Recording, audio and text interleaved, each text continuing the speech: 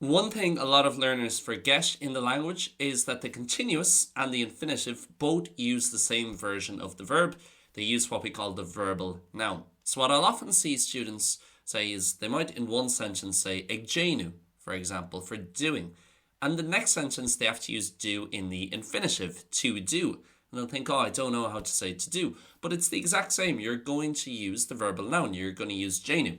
To make it into the continuous, we add the ag, like we did there, ag déanú, ag ri, ag scríb, for doing, writing, running. But then in the infinitive, we have our infinitive rule, so often it will be a dhéanú, but it's still the same version, we just add a H because of the A. Ag dul, for going, dul, for to go, ag fall, for getting, rud éigean a all, to get something. So if you know the continuous, then you know the infinitive, or vice versa. They're both the same form of the verb. They're both the verbal noun.